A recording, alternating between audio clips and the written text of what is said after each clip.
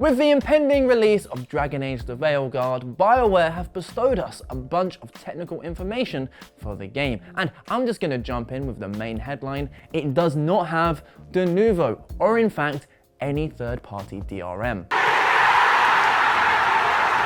DRM essentially being anti-pirating software, which in practice seems reasonable, but in a modern context mostly involves making the lives of paying customers more of a headache. It's a surprising yet refreshing move from EA and follows in the footsteps of this year's much celebrated Space Marine 2. Although Saber Interactive had the whole predicament of an entire build of their game getting leaked, which kind of meant tacking on DRM was a bit redundant, the Veilguard had no such disaster, which could mark a major turning point in the industry. We might be entering an era where the added PR boost of not having de novo actually outweighs the potential lost sales through piracy. Better yet, it's set to release without a launcher, which credit where credit is due. It's like EA really took the label of being the worst gaming company to heart, when funnily enough, they really don't have to do much with so many other companies just gagging for that crown. Either way, maybe it points to a wider narrative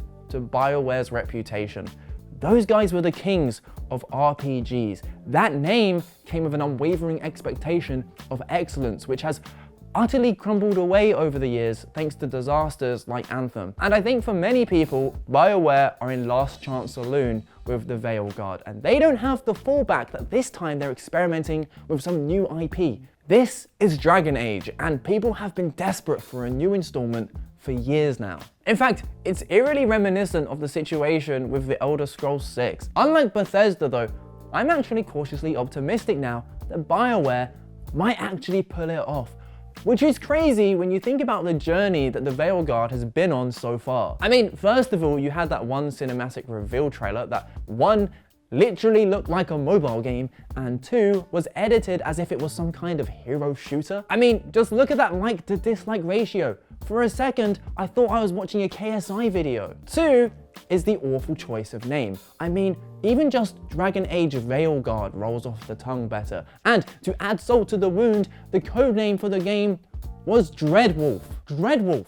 That's a damn cool name. But despite that incredibly rocky start, slowly as gameplay has been revealed and as previews have rolled out and as more and more people have been getting their hands on it, suddenly that pessimistic dread has turned into excitement. Yeah, there's elements such as the combat, which has very much evolved away from other Dragon Age games, but with the real-time companion mechanics of Mass Effect and what looks like extremely slick class gameplay, that might just be a good thing. It's the same with the art style. It definitely has a more stylized look, but those who have played it are saying this is a pretty game. Both of those changes may be controversial with a chunk of players, but I don't think either of them are necessarily bad, just different, possibly even better. I don't know, I'm curious what your opinions are. Drop those thoughts down in the comments.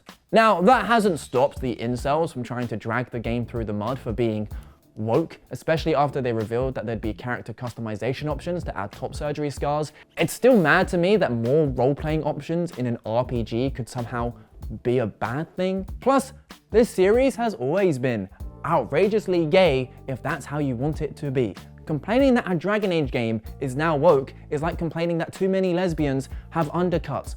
Honey, it comes with the territory. What may cause a stir, however, is the PC requirements they've also now released. Feel free to pause the video here if you want to have a closer look, but one of the main takeaways or disappointments is that even with an RTX 4080, you'll only be able to get 30 FPS when running the game at 4K and with ultra ray tracing. In fact, there's actually a ton to talk about in regards to the specs, such as it being very CPU heavy, which is likely thanks to the Frostbite engine, but there's far more qualified people out there to have that kind of discussion. Hello. But if you do enjoy these videos covering the biggest gaming stories every Monday, Wednesday, and Friday, do hit that subscribe button. We're only a small channel and we pour a lot of love into these videos. We do have a Patreon that's free until the end of November if you do want to give us that extra support, but either way, thank you for watching.